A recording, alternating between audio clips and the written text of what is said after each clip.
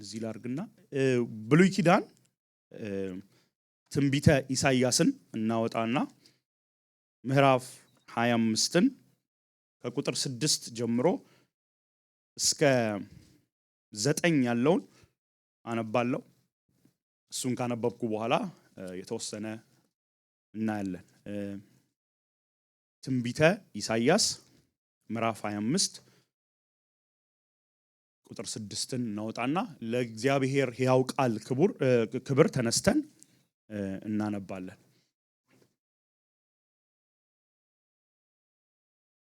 ይሄ ቃል ሲነበብ እግዚአብሔር አምላክ ይናገራል።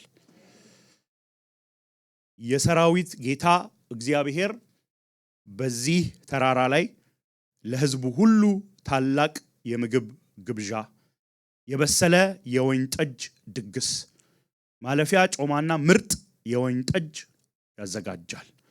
በዚህም ተራራ ላይ በሕዝቡ ሁሉ ላይ የተጣለውን መጋረጃ፣ በመንግስታት ላይ የተዘረጋውን መሸፈኛ ያጠፋል።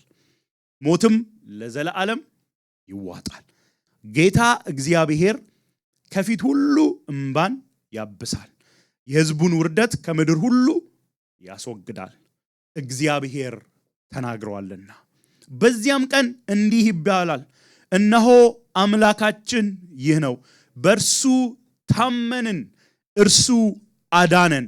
እግዚአብሔር ይህ ነው፣ በእርሱ ታመንን፣ በማዳኑም ደስ ይበለን፣ ሐሴት እናድርግ። እንጸልያለን።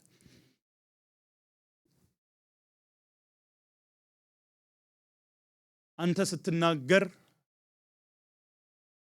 የሞተ ያው ይሆናል፣ ያዘነ ይጽናናል፣ የጠፋ ይመለሳል፣ ግራ የገባው ብርሃን ይሆንለታል።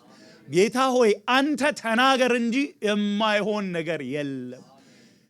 እባክህ እንለምንሃለን፣ ያው በሆነው ቃልህ ተናገረን። ድምፅን አፈቀን፣ ልንሰማ ወደድን፣ የበለጠ ልናቅ ፈለግን። ጌታ ሆይ አንተ በሰጠህን ልብ፣ በመንፈስህ በቀየርከው በዚህ ልብ ፈለግን።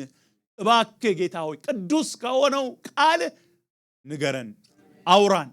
እባክህ ጌታ ሆይ አግዘኝ። ኃይል ያስፈልገኛል፣ ጥበብ ያስፈልገኛል። እግዚአብሔር መንፈስ ቅዱስ ታስፈልገኛል። ያላንተ መስበክ ባዶ ነው፣ ኪሳራ ነው፣ ዝም ብሎ ንግግር ነው።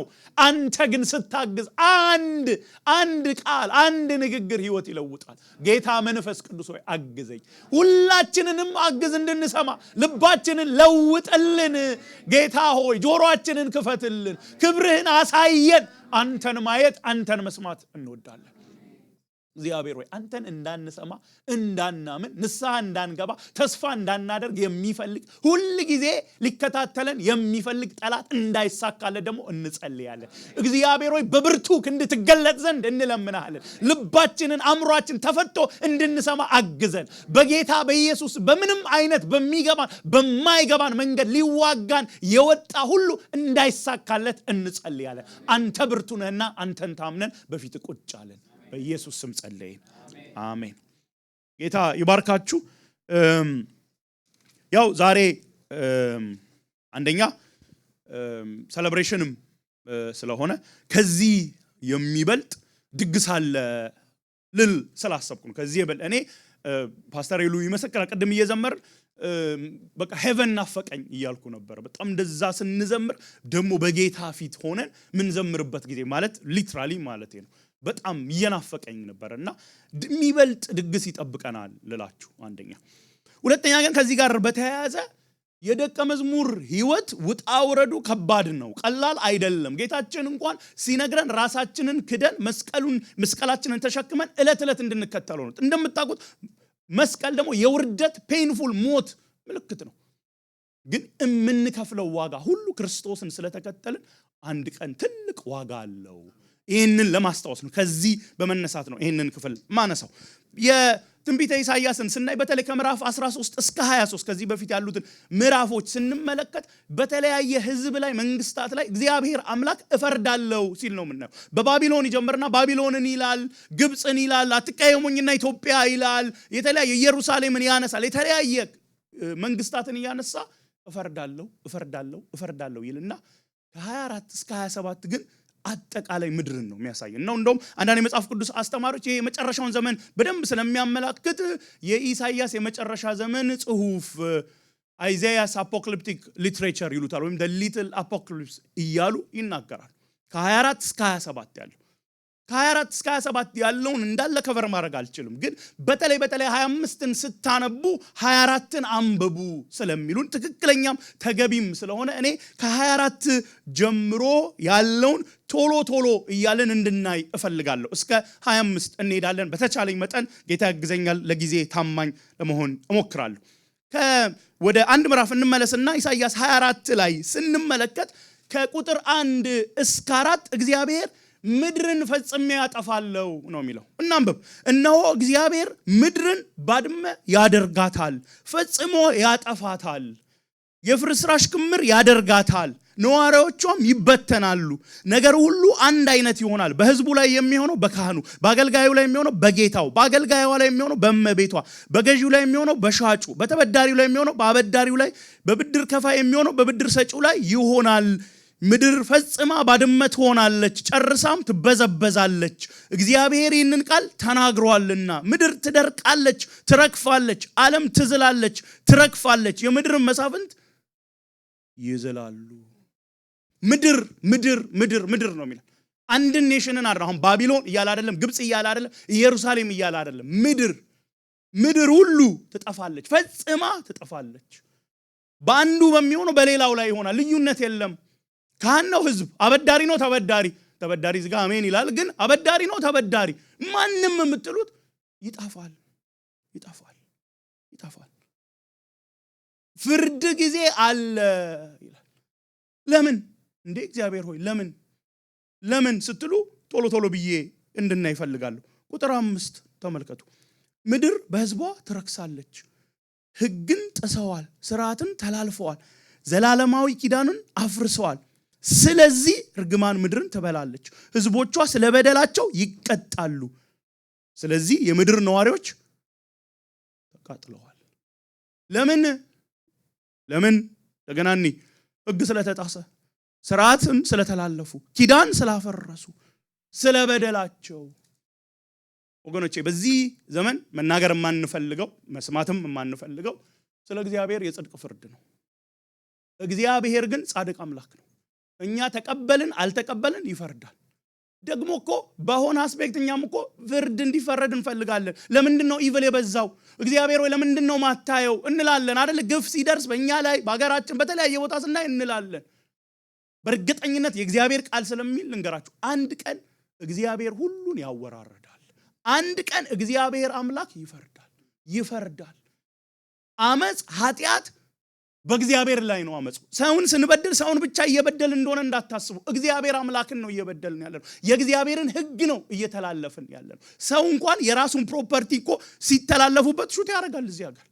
እኛ እኮ የሰማይ የምድሩን ፈጣሪ ህግ ነው የተላለፍነው። ኪዳኑን እኛ ነን ያፈረስነው፣ እግዚአብሔር አይደለም። እግዚአብሔር እኮ የዘላለም ኪዳን ያለውን ኪዳኑን ያፈረስነው እኛ ሰው ልጆች። ስለዚህ እግዚአብሔር ይፈርዳል። ምድር እየረከሰች ነው፣ በህዝቧ ኃጢአት እየረከሰች ነው። ህዝብ ይቀጣል፣ አይቀርም፣ ፍርድ አለ ይለናል። እንደውም በጣም ሲያሰፋው ከቁጥር 7 እስከ 12 ስታዩ ደስታ በሐዘን ይለወጣል ይለናል። አሁን ደስታ አለ፣ ሐዘን ይሆናል። አዲስ ወይን ጠጅ አለቀ፣ የወይኑም ተክል ደረቀ። ደስተኞች ሁሉ አቃሰቱ።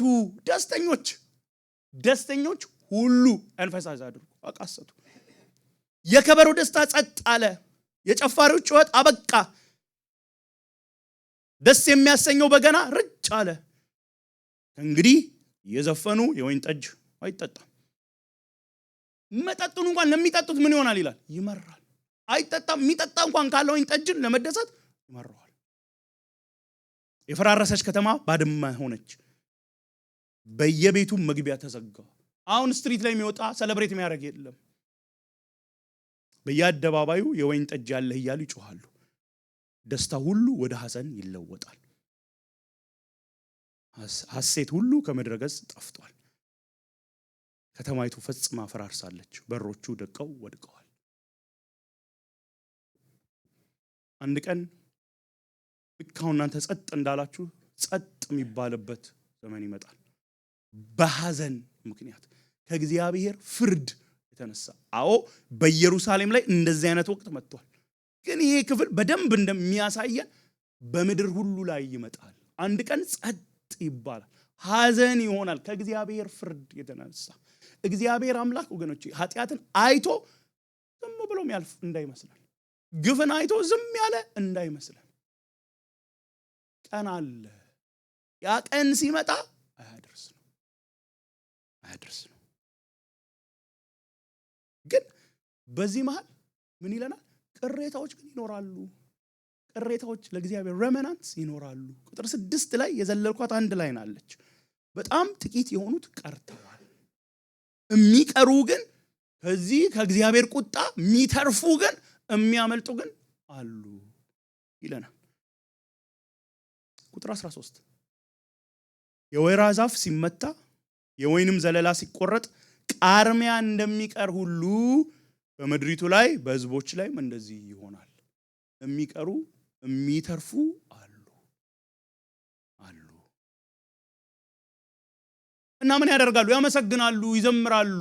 ምን እያሉ? ድምፃቸውን ከፍ ያደርጋሉ፣ በደስታም ይጮሃሉ፣ ከምዕራብም የእግዚአብሔርን ክብር ያስተጋባሉ። ስለዚህም በምስራቅ ለእግዚአብሔር ክብር ስጡ፣ ከባህር ደሴቶችም የእስራኤልን አምላክ እግዚአብሔርን ስም ከፍ አድርጉ፣ ለጻድቁ ክብር ይሁን የሚል ዝማሬ ከምድር ዳርቻ ሰማን። ምን ሰማን? ዝማሬ ሰማን። ለማን? ለጻድቁ። ወገኖቼ እግዚአብሔር አንድ ቀን በሁሉ ላይ በሚፈርድበት ጊዜ ስለ ፍርዱ ስለ ጽድቁ ክብር ይመጣለታል። ወገኖቼ እግዚአብሔር አትርፎ ብቻ አይደለም ክብር ይመጣለት፣ በጽድቅ ፈርዶም ክብር ይመጣል። እኛ እንኳን እኮ ጉበኛ ዳኛ አንፈልግም አይደል? ትፈልጋላችሁ እንዴ? ደስ ይላችሁ? አዎ ለራሳችን ጊዜ ሲሆን ሊሆን ይችላል። ግን ጉበኛ ዳኛ አንፈልግም። በጽድቅ የሚፈርዱ ግን ሪሊ አፕሪሺየት ይደረጋሉ። አንድ ቀን እግዚአብሔር ኃጢአት ሁሉ ላይ ሲፈርድ፣ አመጽ ሁሉ ላይ ሲፈርድ ይሄ ጻድቅ የሆነው አምላካችን ክብር ይሆንለታል፣ ምስጋና ይሆንለታል፣ ዝማሬ ይሆንለታል። ደግሞ ከየት እንደሚል እዩ። ተመልሰን እንይ። ከምዕራብ፣ በምስራቅ፣ ከባህር ደሴቶች፣ ከምድር ዳርቻ የቀረ የለም። ከምስራቅ፣ ከምዕራብ፣ ከደሴቶች፣ ከባህር ደሴቶች። ምክንያቱም ይሄ ሲጻፍ ኢሳይያስ ነው የጻፈው። ጌታ ኢየሱስ ክርስቶስ በአካል ወደዚህ ምድር ከመምጣቱ ከ700 ዓመት በፊት ነው። በጣም ብዙ ትራቭል አይደረግም እንዳሁኑ ዘመን። ስለዚህ ደሴቶች ሲሉ መረዳት ያለባችሁ በዛ ዘመን በእስራኤል ላለ ሰው በቃ የምድር ዳርቻ ያ ነው። ኤክስፕሬሽኑ ከምድር ዳርቻው አክቹአሊ ከምድር ዳርቻም ይላል። ሰማን። ከሁሉ ቦታ ለእግዚአብሔር አምላክ ስለ ጽድቅ ፍርዱ ምስጋና ይመጣለታል። ወገኖች አንዱ እኮ እግዚአብሔር የሚፈርደው በኃጢአት ላይ ስለ ጽድቅ ሲባል ስለ ክብሩ ሲባል ለመሰላችሁ ኃጢአት በእግዚአብሔር ላይ ማመጽ ነው። በእግዚአብሔር አምላክ ላይ መነሳት ነው። ኃጢአት ስንሰራ we are attacking the glory of God። በእግዚአብሔር ክብር ላይ ነው የተነሳ ነው። እንደዚህ አታድርጉ፣ እንደዚህ አድርጉ ያለንን ኖ እያለን ጌታ ደግሞ ክብሩ ሲነካ ጸጥ አይል። ደግሞ እንኳንም ዝም አላለ። ምክንያቱም በጣም ማሰብ ያለብን እኛ የምንኖረው ራሱ ለእግዚአብሔር ክብር ነው። እግዚአብሔር ክብሩ ሲነካ ዝም ቢል ለኛ ራሱ ኢንጀስቲስ ነው። የምንኖርበትን ምክንያት አጣን። ለእግዚአብሔር ክብር እየኖርን እግዚአብሔር ክብሩን ዲፌንድ ባረግ ለኛ ራሱ ኪሳራ ነው። ወገኖች ይሄን ነገር እንደምታውቁ አውቃለሁ። ስለምታውቁ ነው ለማስታወስ መናገር። እግዚአብሔር አምላክ ለክብሩ ቀናተኛ ነው። ሰው እንኳን ለገዛ ክብር እንዴት እንደሚሆን እሱ ግን በጽድቅ ለክብሩ ቀናተኛ ነው። በኋላ መጣበታለሁ። መዳናችን እኮ የሚያስገርመን እኮ ለዚህ እኮ ነው። የእግዚአብሔርን ቅድስና የእግዚአብሔርን ጽድቅ ሪሊ ካልገባን ማዳኑ እኮ አይገባን። ቀለል የሚልብኝ እኔ ለመሰላችሁ እግዚአብሔር ለክብሩ ያለው ቅናት ለጽድቅ ያለው አቋም ስለማይገባኝ አንዳንዴ እኮ አመለካከቴ ላያድነኝ ነው እንዴ? አረ መዳናችን በጣም ያስገርማል። በጣም ሁሌ መዘመር ያለብን ሁሌ አይደለም። አሁን ኢተርኒቲ እኮ እሱን ነው የምንዘምረው። መጣበታለሁ በኋላ። ኢሳይያስ ይሄን እያየ ይዘምራሉ እያለ እሱ ግን ምንድነው የሚለው 16 ላይ እኔ ግን ከሳው መነመንኩ ወየሁልኝ። ምዕራፍ 6 ላይ ያለውን ቃል ነው ወየሁልኝ። የእግዚአብሔርን ክብር አይደል ቅድስናውን አይቶ ወየሁልኝ ያለው ይደግመዋል። ከዳተኞች አሳልፈው ሰጡ፣ ከዳተኞች በገደታቸው አሳልፈው ሰጡ አልኩ። ስለ አመጽ ወየው ይላል። ወየው ወገኖቼ፣ ኃጢአትን ስናይ በእኛ ህይወት ብቻ ሳይሆን በዓለም ላይ ስናይ በጣም ማዘን አለብን። በጣም ኃጢአት በጣም ሊያንገበግበን ይገባል። ከእናንተ ጋር እንደሚታገል ሰው በጣም ብዙ ድካም እንዳለበት ሰው ነው የምነግራችሁ። ግን የእግዚአብሔር ቃል የሚለውን ደግሞ ነግራችኋለሁ።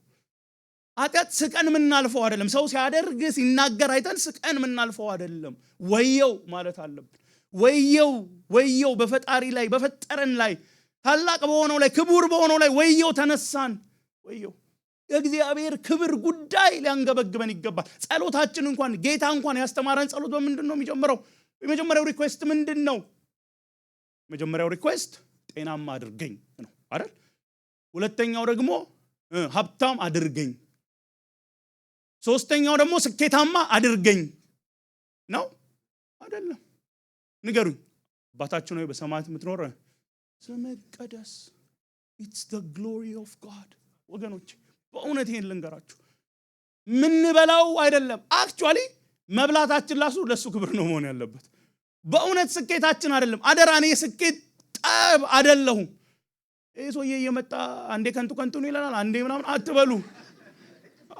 ያው ተረድቼ ነው በልባችሁ ያለው። እኔ የስኬት ጠላት ሆኜ አይደለም።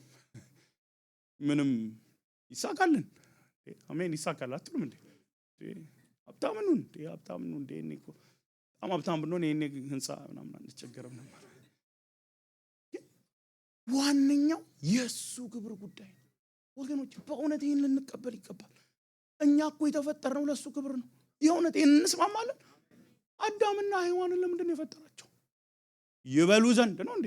ሰው ለመብላት እንዴት ይፈጠራል? ይለብሱ ዘንድ። አክቹአሊ እነሱ እኮ አይለብሱም ነበር እንደው አይደል? ከውድቀት ጋር ነው። ይሄ በጣም የሚገርም መገለጥ ነው አይደል ፓስተር? ይሄ በጣም የሚቀጥለው ሳምንት በዚህ ቶፒክ ላይ አለኝ። በእውነት ከውድቀት በኋላ እኮ ነው መልበስ ራሱ የተጀመረው። በጣም አንዳንድ በረከቶች የምንላቸው እኮ ቢገባን ክብሩን ነበር የለበሱት እነሱ አይደል? ክብሩን ነበር የለበሱት። ሼም የገባው እኮ ከዛ በኋላ ነው።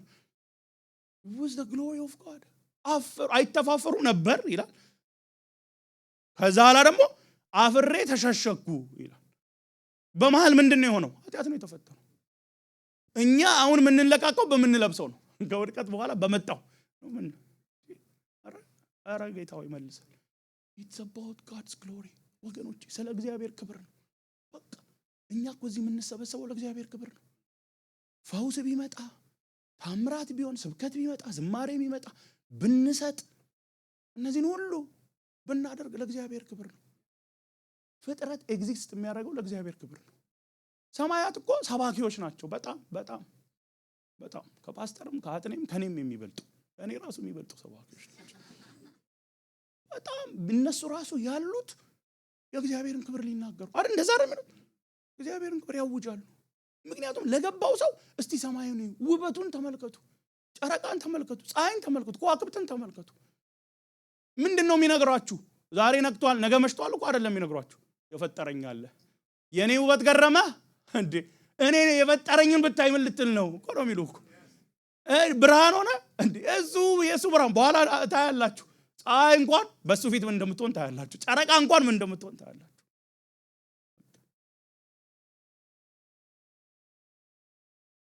ዩኒቨርሳል የሆነ ፕሬዝ ይመጣለታል። አሁን ያየነው ክፍል ላይ ኢሳይያስ ደግሞ በዚህ ምስጋና መሃልም ሆኖ ምክንያቱም እግዚአብሔር ሲፈርድ በጽድቅም ይመሰገናል፣ ግን ደግሞ ወየው ይላል ስለ ሰው ኃጢአት ሊመጣ ስላለውም ፍርድ ወየው ይላል። የሚመጣው ሪል የገባው እንደው አንድ ቦታ ሳን ሪል የገባው ክርስቲያን ስለ እግዚአብሔር ፍርድ ሲያስብ አንደኛ ለሚፈረድባቸው ያዝናል፣ ይራራል፣ ግን ደግሞ ስለ እግዚአብሔር ጽድቅ ደግሞ ያመሰግናል። ሁለቱንም ይዞ መሄድ ይቻላል። ባይዘው መጽሐፍ ቅዱስ ላይ በጣም ብዙ ግራ የሚያጋቡን ነገሮች አሉ። የእግዚአብሔር ሉዓላዊነት፣ የሰው ደግሞ ኃላፊነት በጣም ከባድ፣ ለኛ በጣም ከባድ መጽሐፍ ቅዱስ ላይ ልክ እንደዛ እግዚአብሔር በኃጢአት ላይ ሲፈርድ ስለ ጽድቅ ፍርዱ ደስ ሊለን ይገባል፣ ደግሞ ስለሚፈረድባቸው ልናዘን ይገባል። መጽሐፍ ቅዱስ እነዚህ ነገሮች አያጣርስም። የኛ አእምሮ ነው የሚጣረስበት። የኔ አምሮ ካልቻለ ደግሞ በቃ ጌታዊ ቃልህ ይላል እቀበላለሁ ማለት መቻል አለብን። እንኳን ኮራፕትድ ሆኖ በፊትም እኮ ሊሚትድ ነው። ከሚመጣው ፍርድ ግን ከነዚህ ቅሬታዎች በስተቀር የሚያመልጥ የለም ይለናል ቁጥር 17።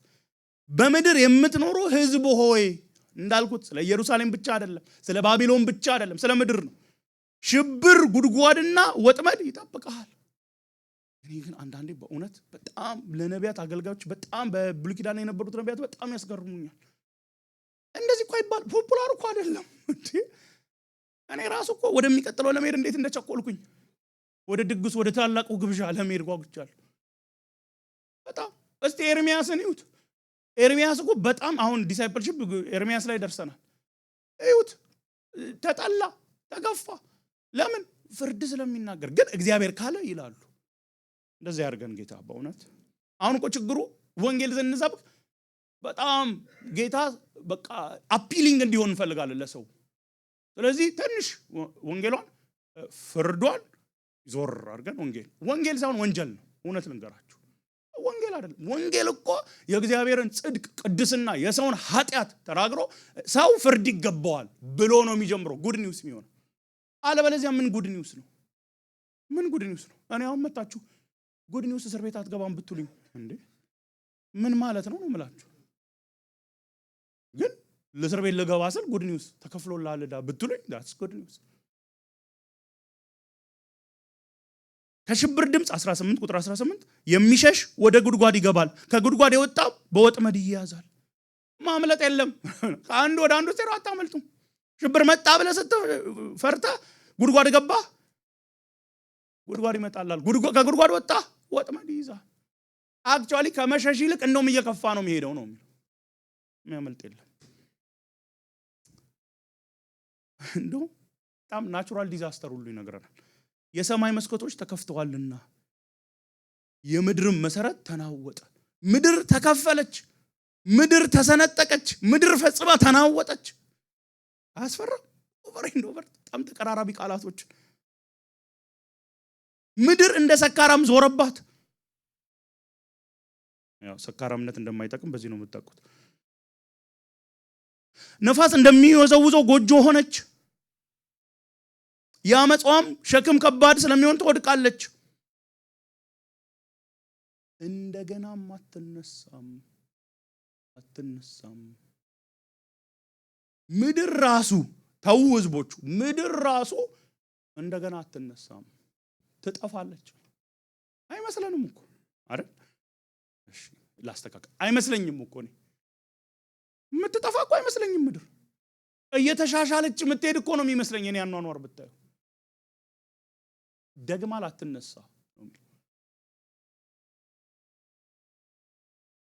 በዚያን ቀን እግዚአብሔር ይላል the day of the Lord። ሶፎንያስ ላይ ዮኤል ላይ በደንብ ፔንታ ያላችሁ አንደኛ ተሰሎንቄ ላይ አዲስ ኪዳን።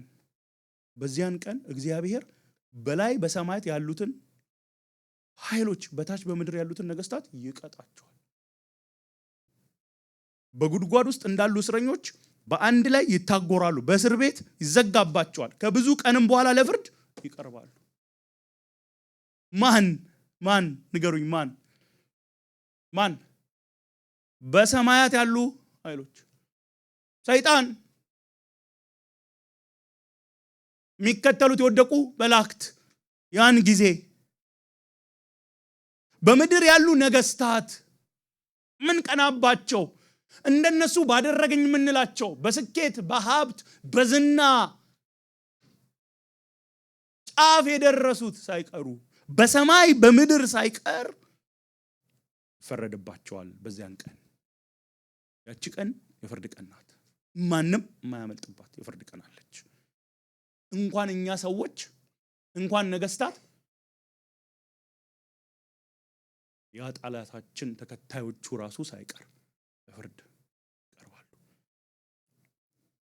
ቁጥር 23 የሰራዊት ጌታ እግዚአብሔር በጽዮን ተራራና በኢየሩሳሌምም በሽማግሌዎችም ፊት በክብሩ ይነግሳል።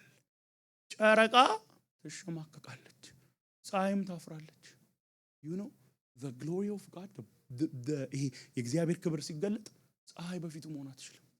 እኔ እኮ ቢገባኝ ይላል አምላካችን በእውነት አትቀኑ ፀሐይ እኛ ካልተሳሳትኩ ከተሳሳትኩ አርሙኝ። እኔ ግን ሃይ ስኩል ምናምን ኤሌመንተሪ ስንማር ወደ 93 ሚሊዮን ማይል ርቃለች ነው የሰማሁት የነበረው ፀሐይ። አሁን ቀርባ ከሆነ አላውቅም። አስቡ ልክ ነኝ በሺህ አይደለም በሚሊዮን ይመስለኛል። ከተሳሳትኩ ፓስተር አው ብሏል። can you imagine እንዴት ብራይት እንደሆነ። እስቲ አንዳንዴ ሰመር ላይ ቁጡ ብለን ሮጠን እንገባ በሚሊዮን በጣም እኮ ብራይት ትንሽ ታውቃላችሁ አይደል? ትንሽ ቀረብ ብንል መሬት ትቀልጣለች። ትንሽ አንግሉ ቢዛባም ቀልጣን ነው የምንጠፋው። ምን ያህል ብራይት እንደሆነች ወገኖች አስቡ ፀሐይን ምን ያህል እስቲ በእውነት 30 ሰከንድ አስቡ የፀሐይን ብራይትነስ ከላይ ከዛ ስትመጣ ብርሃኑ የፀሐይን ሙቀት አስቡ። በጌታ ፊት ግን ተሸማቀቃለች፣ ታፍራለች፣ ትደበቃለች። አንዱ ከሚሆነው ምድር ላይ ሲፈረድ ማየት አልፈልግም ብላም ነው። ግን በፊቱ ከክብሩ ጋር ልትወዳደር አትችልም ወገኖቼ። ጌታችን አምላካችን አባታችሁ አምላካችሁ አዳኛችሁ ቤት ስፍራ ያዘጋጀላችሁ ልጆቼ ብሎ የጠራችሁ ስለናንተ የሚያስብ እሱ አንድ ቀን ፊቱን የምታዩት እሱ ለዘላለም ሁሌ ከእርሱ ጋር የምትሆኑት እሱ ከፀሐይ አጠገቧ ሆናችሁ ካለው ግርማዋ ጋር አይወዳደርም።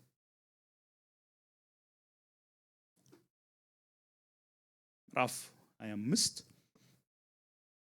ከቁጥር 1 እስከ 5 ጀምሮ ከፍ አደርጋለሁ ነው የሚለው። ምስጋና ነው። አወድስሃለሁ። ለምን? ያደረከው ነገር አለ። ምን? አንደኛ አስቀድመ ያሰብከው። ወገኖቼ ጌታ የሆነ እየሄደ አይደለም የሚያደርገው። የሆነ ነገር ሲበላሽበት ከዛ እያስተካከለ እኛ ነን አይደል? እኛ እኮ የሆነ ነገር እናደርጋለን ይበላሻል ነው። ማን ነው የሚያበላሽበት? ማን ነው የሚያስቆመው?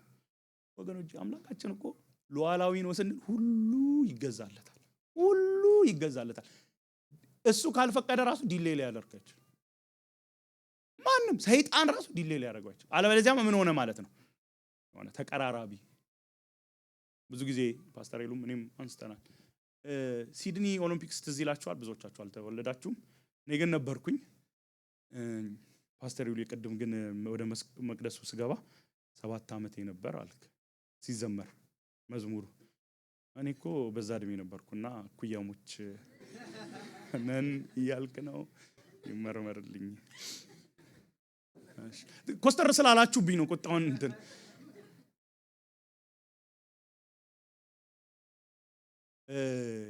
ኃይሌና ፖልቴር ጋር ትዝ ይላችኋል። ሲድኒ ኦሎምፒክስ በጣም ብዙ ጊዜ ማስታወቂያ ነበር።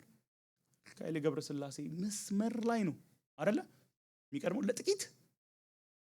እሺ ኃይሌ ገብረስላሴ የሚባል ሯጭ ነበር ኢትዮጵያ ውስጥ። እሺ እና ኦሎምፒክስ የሚባል ውድድር አለ አሁንም አለ። እና እዛ ኢትዮጵያን ወክሎ 10000 ሜትር ሲሮጥ አንድ ኬንያዊ በጣም እሳት የላሰ ሯጭ ፖልቴር ጋር ሊቀድመው ሲል ኋላ ደርሰው መስመር ላይ ቀደመው። አሜን አትሉም? አይባልም። እሺ አንዳንዴ ቪዋችን እንደዛ ይሆን እላለሁ። ጌታና ሰይጣን ለእንደምንም ብሎ ጌታ በፍጹም እሱ ካልፈቀደለት የሚሆን ነገር የለም። ያ ማለት ጌታ ሉዓላዊ ነውና አንጸልይ አንቃወም አይደለም። ቅድም ምን አልኳችሁ? እግዚአብሔር ሉዓላዊነትና የሰው ሪስፖንሲቢሊቲ አለ፣ የሰው ኃላፊነት አለ። በሉዓላዊነቱ እግዚአብሔር ጸልዩ ብሎናል። ስለዚህ እንጸልያለን። ግን ለውድድር እንኳን አይቀርቡ። አስቀድሞ ያስቡ። ድንቅ ሲል እዚህ ጋር አምላክ ካልሆነ በስተቀር ማንም ሊያደርገው የማይችለው ማለት ነው። ሌላ ማንም ሊያደርገው የማይችለው ነው። ሐሳቡ እሱ ነው። ድንቅ ሲል nobody else can do that። በፍጹም ታማኝነት አድርገሃል። ታማኝ ስለሆንክ፣ righteous ስለሆንክ፣ ጻድቅ ስለሆንክ አድርገሃል። አመሰግናለሁ። ምንድነው? ፍርዱን እኮ ነው። እኛ እኮ ስለ እግዚአብሔር ጽድቅ ስለ እግዚአብሔር ፍርድ እኮ አንዘምርም። ብዙ አንዘምርም፣ አይዘመርም። ምህረት እኮ የሚያስገርመው ከፍርዱ አንፃር እኮ ነው ወገኖች። ፍርድ ከሌለ እንዴ ምህረት አለ? ፍርድ እኮ ስላለ ነው ምህረት እኮ ይገባ። አይጣረሱም። የእግዚአብሔር ባህሪያት አይጣረፉ። አንዱ ካንዱ አይበልጥም። they don't work against each other። እግዚአብሔር ግማሽ ጻድቅ ፈራጅ ግማሽ ደግሞ መሐሪም አይደለም። ሙሉ ለሙሉ ጻድቅ ፈራጅ ነው፣ ሙሉ ለሙሉም ደግሞ መሐሪ ነው። እግዚአብሔር ባህሪ በጣም ዲሳይፕልሺፕ ብትገቡ ደግሞ በደንብ ትማራላችሁ አይደል? አልተማራችሁም እንዴ? በዛው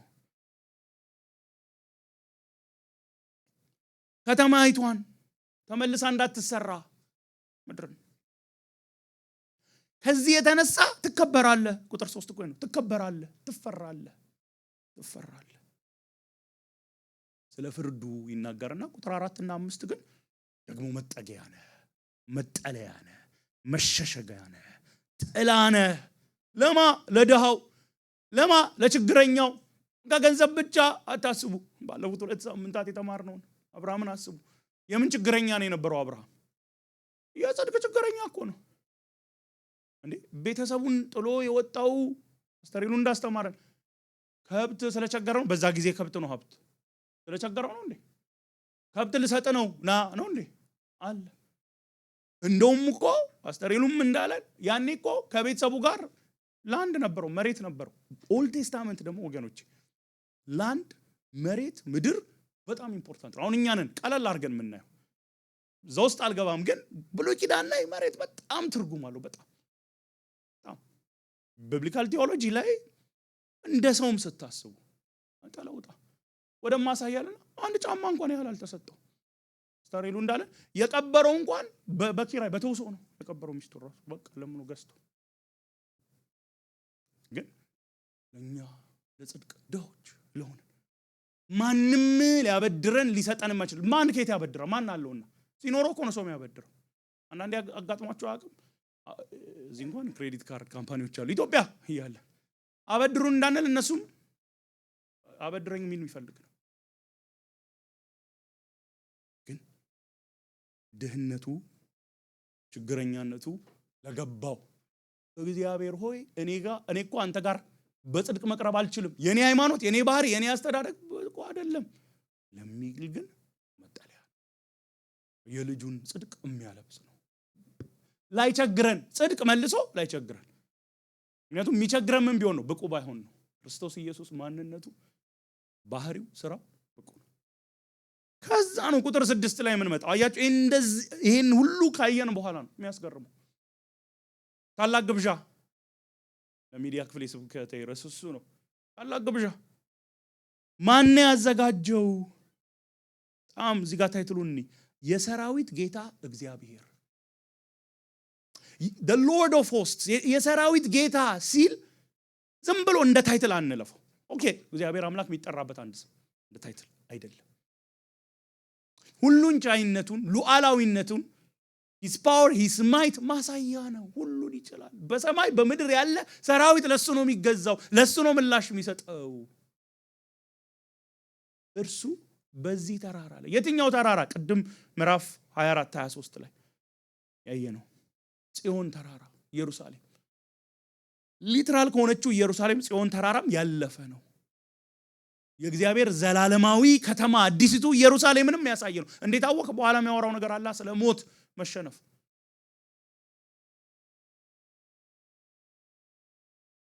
ለህዝቡ ሁሉ ይላል። ለአይሁድ ብቻ አይልም፣ ለህዝቡ ሁሉ። ዩኒቨርሳል ሳልቬሽን አይደለም፣ ሁሉ ሰው ይድናል አይደለም ማለት በክርስቶስ አመነ አላመነ እንደዛም ይሏል። በቃ ክርስቶስ ኢየሱስ ሞቷል ተነስቷል፣ በቃ አሁን ማመን ይላል። እኔ ያስገርሙኛል አንዳንዴ ማመን ልዩነት የሚያመጣው መዳንን ማወቅ ብቻ ነው። በክርስቶስ ያላመነም ይድናል። he just doesn't know it።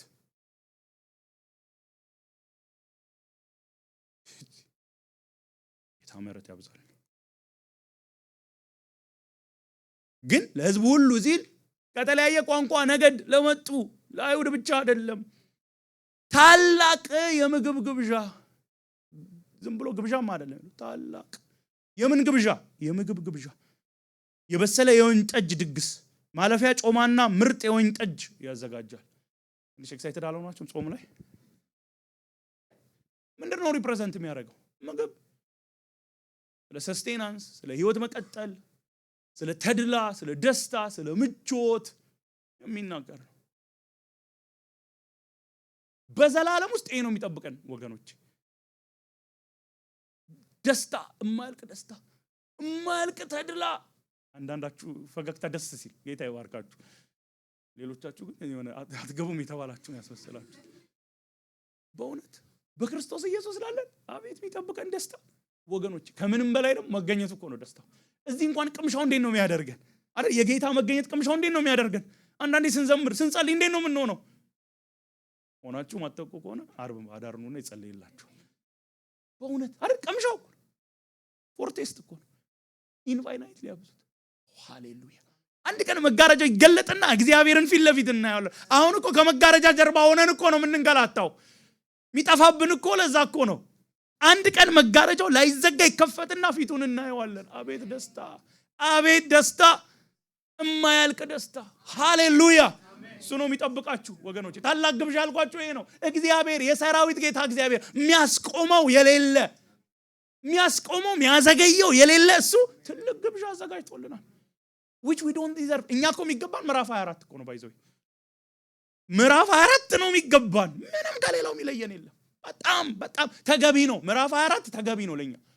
ምዕራፍ 25 ጋር ቦታ የለንም፣ ቦታ የለንም።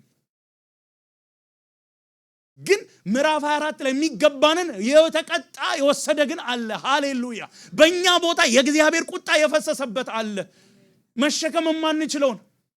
ሃሌሉያ። የአባቱን ቁጣ የተሸከመ ቤት ጌታ። አቤት ጌታ ምን እኮ ያላረገልናል። አሁን እኮ እኛ የምናማርርበት ነገር አቤት ስላልገባን የእውነት አሁን ይሄን ግልጽ ሆነን እናወራ። አልገባን ገለጥልን ነው ማለት ያለብን።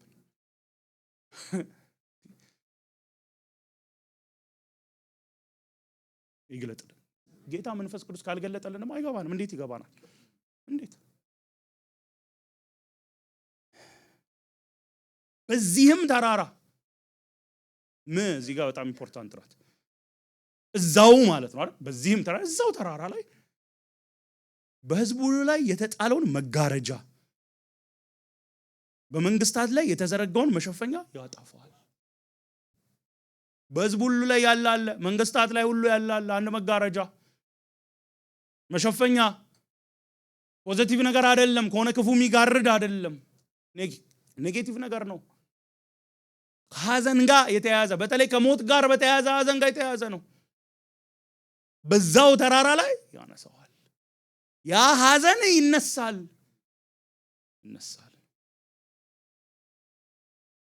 ሞትም ለዘላለም ይዋጣል። የሚውጣው ይዋጣል። ባይዘይ ሞት እኮ ዋጭ ነው። ብዙ መጽሐፍ ቅዱስ ምስታነሙ ሞት ሊውጥ አፉን እንደከፈተ ነው። ዋጩ ይዋጣል።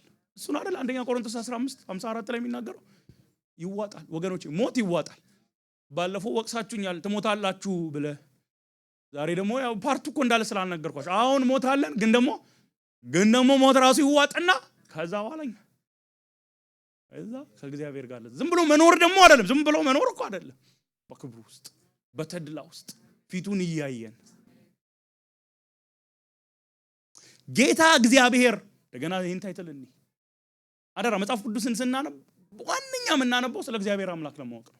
ስለዚህ ስሙን ታይትሉን ስናይ አንዝለል፣ ትርጉም ስላለው ጌታ እግዚአብሔር። ጌታ የሚለው ሁሉን ገዢ ነው፣ ሉዓላዊ ነው የሚለውን ሲያሳይ እግዚአብሔር ነው ያህዌ የሚለው የኪዳን ስሙን ነው። የኪዳን አምላክ ሁሉን የሚገዛ ምን ያደርጋል? ከፊት ሁሉ እንባን ያብሳል። ከፊት ምን ሁሉ አይደል? ከፊት ሁሉ እንባ የደስታ እንባ አይደለም፣ የደስታ እንባ አይደለም። ሐዘንን ከፊት ሁሉ በክርስቶስ ኢየሱስ ካለ ሰው ሁሉ ከሁላችን አንድ ቀን እንባችን ይታበሳል። ደግሞ ዝም ብሎ አይደለም የሚታበሰው፣ ራሱ ያብስልናል። ምክንያቱም እንደዛ አይደለም የሚለው ከፊት ሁሉ እንባ ይታበሳል አይልም። እኔ ጋር ነው እናትርጉ ያብሳል።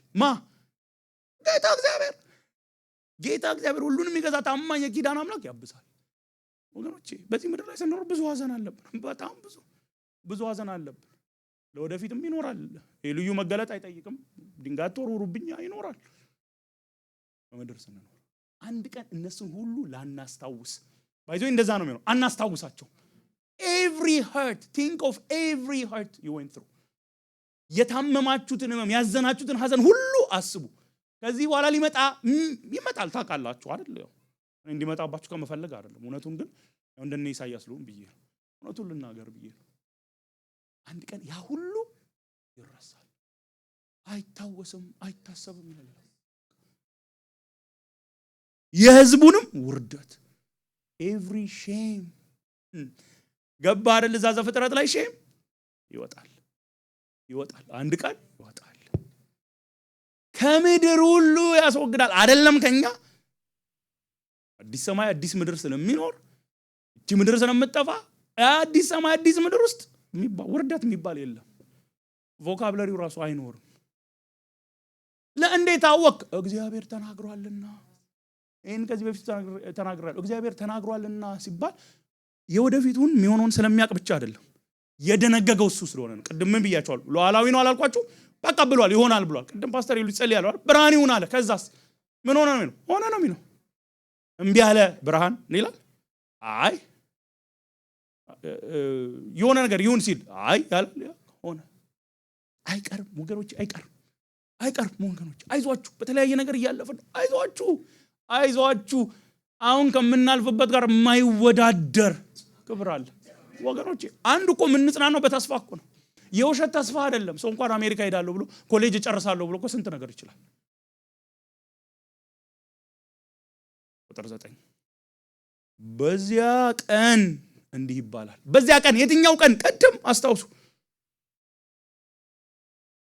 24:21 ላይ በዚያ ቀን በላይ በሰማይ ያሉ ይፈረድባቸዋል አለን አይደል? መፈረድ ብቻ አይደለም ግን ምስጋናም ድነትም ያለበት ቀን ነው። the day of the Lord ፍርድ ብቻ ሳይሆን ድነትም ያለበት። አምላካችን ይህ ነው ይባላል። ዝማሬው ስለሱ ብቻ ይሆናል። አሁን እየቀላቀልን እየዘመርን ነው አይደል? አሁን እየቀላቀልን እየዘመርን እየቀላቀልን እየሰበክን ነው፣ እየተሰበክን ነው። ሰው ምንም እየተሰበክን ነው።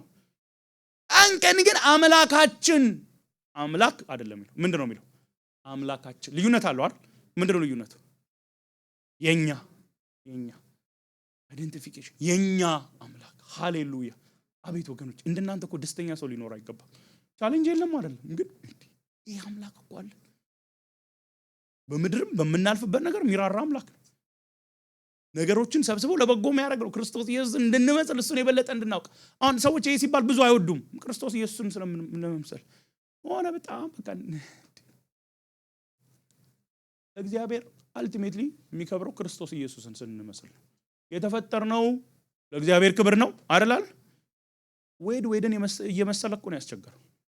ስሙን እንደውም ከወረደ ወደ ዌድ ቀየረና ትንሽ ተሻሻለ እንጂ እግዚአብሔር የሚደሰተው ክርስቶስ ኢየሱስን ሲመስል። ለኛ ራሱ በረከቱ ወገኖች በቅድስና ውስጥ ያለ ደስታ፣ በጽድቅ መንገድ ውስጥ ያለ ደስታ ስለሱ ነው የሚዘመረው ይልና በእርሱ ታመንን እርሱም አዳነን። ሃሌሉያ! መዝሙሩ እርሱ በእርሱ ነው የሚሆነው። የተፈጠርነው ለሱ ነው፣ በእርሱ ነው፣ ከእርሱ ነው። ታመንን፣ አዳነን። አይጥልም ጌታ ወገኖች። አንድ ቀን ይሄ ጀስቲፋይድ ሆነናል አይደል? ጸድቀናል፣ በቅድስና መንገድ እየሄድን ነው አይደል? አንድ ቀን ደግሞ እንከብራለን፣ እማይቀር እንከብራለን። አንድ ቀን ይሄ ሞት ከሚባለው፣ ሐዘን ከሚባለው፣ ኃጢአት ከሚባለው መታገል ያቆማል። አዳነን። አዳኝ እሱ ብቻ ነው፣ ሌላ ማንም ያድን የለም። ሃይማኖት አያድንም ወገኖቼ። እኛ ራሳችንን አናድንም። ሰዎች ጻድቃን የምንላቸው መላእክት አያድኑም። የሚያድን እግዚአብሔር ብቻ ነው። ለምን መሰላችሁ? ማን ተበደለና? ባይዘው ምንድነው እኮ ከእግዚአብሔር ቁጣ ነው አይደል? በእግዚአብሔር ከእግዚአብሔር ለእግዚአብሔር እንሄዳን ነው። ዲሳይፕልሺፕ ላይ አለ የእውነት ይሄንን እንላለን። ክላስ ላይ መጀመሪያ ስንጀምር ይሄንን ሰው ትንሽ እንትን ሊለው ይችላል። በማን ሄዳን ነው? በእግዚአብሔር ነው አይደል? ይስማማል አይደል? ማን ሁላችንም የዳን ነው ለእግዚአብሔር ነው። እንስማማለን አይደል? የዳን ነው ከእግዚአብሔር ነው። አሁን እቺ ናት ጥያቄ የምታስነሳው። ከምንድን ነው የዳናችሁት? ከእግዚአብሔር ቁጣ እኮ ነው የዳነው። ከምዕራፍ 24 እኮ ነው የዳነው። ከእግዚአብሔር ቁጣ ነው የዳነው። አልቲሜትሊ ከእግዚአብሔር ቁጣ ነው የዳነው። ስለዚህ ታዲያ ማን ነው የተበደለው? እግዚአብሔር ሆኖ ማን ነው ይቅር የሚል? ማን ነው የሚያድን እንዴ? እናንተ ቆይ አሁን እኔን በድላችሁ፣ እኔን አሳዝናችሁ፣ ኧረ ተው ግን እኔን በድላችሁ፣ እኔን አሳዝናችሁ አናን ይቅርታ ብትሉ ምንድነው? አናዬ ይቅርታ እንዴ? አናዬ እንዳትቀበል። አይ የእውነት አናደርግም እኮ ፓስተር ሄሉን በድለ ነው በቃ አጥኔ ይቅርታ እንዴ? ማን ነው የተበደለው? እግዚአብሔር። ይቅር ሊል የሚገባው ማን ነው? እግዚአብሔር።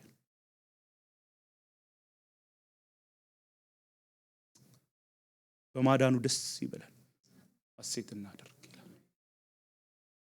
አሁን ደስ ይበለን ወገኖች፣ ከዚህን ጀምር ደስ ይበለን፣ ሐሴት እናደርግ። ኤክሲዲንግሊ ጆይፉል እንሁን ነው የሚለው ይላሉ ይፈቱት። በጣም በቃ ይሄ ገደብ የሌለው ደስታ። አሁንስ አበዛችሁ የሚያስብል ደስታ ወገኖቼ። ሪሊ እንደዛ ምን ሆኖ ምን ሲሆን መሰራችሁ? መጀመሪያ እንደ ዳንን ሊገባን ይገባል። ሁለተኛ ከምን እንደ ዳንን ሊገባን ይገባል ወገኖች። በእውነት የዘላለም የእግዚአብሔር ቁጣ፣ እግዚአብሔር የዘላለም ቁጣ፣ ምድር እንኳን የምትናወጥበት፣ ፀሐይ እንኳን የምታፍርበት ቁጣ ይመጣል። እነ ፀሐይ እነ ምድር እንደዚህ ከሆኑ ሰዎችን ስም አይደለም አደረ። እኛ ምን ልንሆን ነው? እኛ ምን ልንሆን ነው? ዋና ኃጢአተኞች። ከዛ ድነናል። ድነን ደግሞ ከቁጣ ድነን የሆነ ቦታ አይደለም፣ ጥግ ላይ አይደለም የተቀመጥነው። ግብዣ ይጠብቀናል። በክብር ውስጥ እንሆናለን። ሁለት ቁጥሮች ቶሎ ቶሎ ብዬ ላንብብና ጨርሳለሁ። ምዕራፍ 65 ቁጥር 17 እነሆ እኔ አዲስ ሰማያትን አዲስ ምድርን እፈጥራለሁ። በዘፍጥረት ምዕራፍ 1 ላይ የፈጠረው አምላክ ያለፉት ነገሮች አይታሰቡም፣ አይታወሱም። ምን? እነ ኃጢአት፣ እነ ሞት፣ እነ ለቅሶ፣ እነ ሐዘን አይታሰቡም። ስለደከማችሁ እነ ድካም አይታሰቡም። ነገር ግን በምፈጥረው ደስ ይበላችሁ፣ ለዘላለም ሐሴት አድርጉ። ወገኖቼ ደስ ይበላችሁ፣ ሐሴት አድርጉ። ለምን? አዲስ ሰማይ አዲስ ምድር ይፈጠራል። ያለፈው ይረሳል። ወገኖቼ ደስ ይበላችሁ። ኢየሩሳሌምን ለደስታ ሕዝቧን ለሐሴት እፈጥራለሁና። ይሄ 19 ግን ይገርመኛል። በኢየሩሳሌም እደሰታለሁ፣ በሕዝቤ ሐሴት አደርጋለሁ። ራሱ እግዚአብሔር ደግሞ በእኛ ይደሰታል። አይገርምም? እኛ በእግዚአብሔር አቤት the relationship we have with the Lord ወገኖች። እኛ በጌታ ብቻ እኮ አይደለም የምንደሰተው፣ እሱ ደግሞ በእኛ ይደሰታል። ያኔ የፈጸመን ክርስቶስን ስለምንመስል፣ የልጁን ፐርፌክት ኢሜጅ ስለምናሳይ፣ የእሱን ፐርፌክት ኢሜጅ ስለምናሳይ ይደሰታል። ሃሌሉያ! እኛ በእሱ እንደሰታለን፣ እሱ በእኛ ይደሰታል።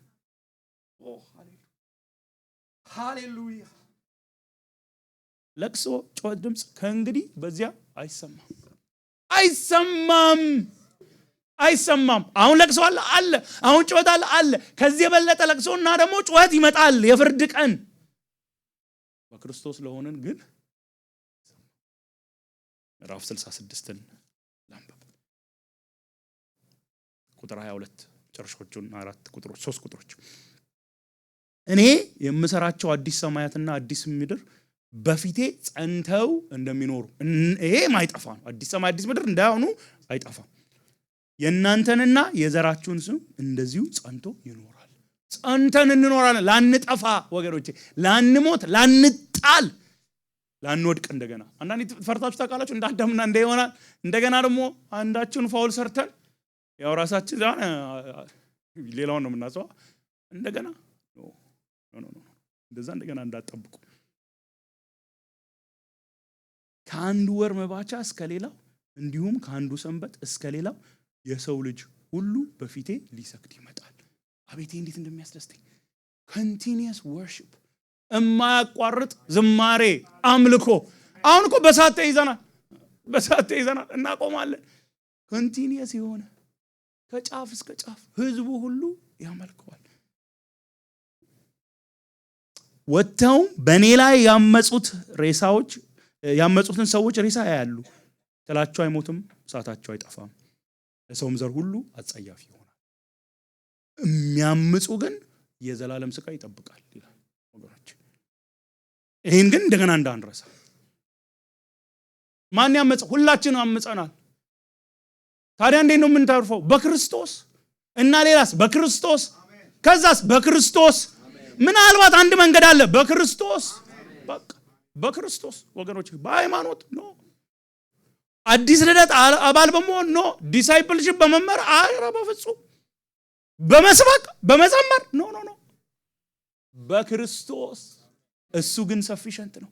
ሃሌሉያ። እሱ ግን ብቁ ነው። እሱ ብቁ ነው። ስለዚህ ምን እናድርግ? 1 ደቂቃ ጨርሳለሁ። ምን እናድርግ? በቃ በክርስቶስ እመኑ። በቃ ይኸው ባለፈው 2 ሳምንት ሲሆን በቃ በክርስቶስ ነው። ሌላስ? በክርስቶስ እመኑ። አድርጎታል፣ ጨርሶታል። ሌላ የሚጨመር የለም። የሚጨመር ካለ በቃ እሱ ብቁ አይደለም፣ አምላክ አይደለም እያለን ነው። በጣም ብላስፈሚ ነው፣ ሄረሲ ነው። ብቁ አይደለህም፣ አምላክ አይደለህም እያለን ነው። በክርስቶስ እንመን። ያመነ ስላመነ የሚሆን ነገር እርግጠኛ ነገራችሁ ከድነቱ ጋር የተለወጠ ሰው ነው። እዛው ውስጥ የሚኖር አይደለም። ይታገላል፣ አዎ ይታገላል። ግን አሁን አዲስ ፍጥረት ነው። እንፈትሽ። ሪሊ አዲስ ፍጥረት ነን ነው? አዲስ ሰማይ አዲስ ምድር ይመጣል አይደል? እዛ የሚገባው ግን ምን መሰላችሁ? አዲስ ፍጥረት ነው። ከአዲስ ፍጥረት ውጪ አይገባም። አዲስ ፍጥረት ናችሁ። በዚህ አዲስ ልደት ዳግም ተወልዳችኋል። ቆመን እንጠይቅ ወገኖች፣ እንጠይቅ። ሪሊ እንጠይቅ። ይሄ ችላ የሚባል ነገር አይደለም። በእውነት እንጠይቅ። በጣም ወዳችሁ እንጠይቅ። ዲሳይፕልሺፕ ስለ ኮርስ 1 ዓመት ስለወሰድን አይደለም። ምን ስለምናገለግል አይደለም። ስለምታገለግሉ አይደል ወገኖች፣ እንጠይቅ። አንዳንድ ሪስክ የማይወሰድባቸው ነገሮች አሉ። ሪሊ በክርስቶስ አምነናል። ከሱ ስር ተሸሽገናል። እንጠይቅ። ፍሬ ያፈራን ነው። እንጠይቅ። አዲስ ፍጥረት ነው። ማንም በክርስቶስ ቢሆን ምንድነው? አዲስ ፍጥረት። አዲስ ፍጥረት ደግሞ መኖሪያው የት ነው? አዲስ ሰማይ አዲስ ምድር። ሌትስ ፖዝ ኤንድ ቲንክ። አዲስ ፍጥረት ከሆነን ደግሞ ጸንተን እናገልግል። የደቀ መዝሙር ህይወት በጣም ከፍታ ዝቅታ አለበት፣ ያስከፍላል። ጽኑ፣ አይዟችሁ፣ በርቱ። ትልቅ ድግስ ይጠብቃችኋል። 1 ደቂቃ ልስጣችሁ፣ ጸልዩ። እስቲ እንጸልይ። ቸኩለን አንውጣ፣ ጨርሰናል።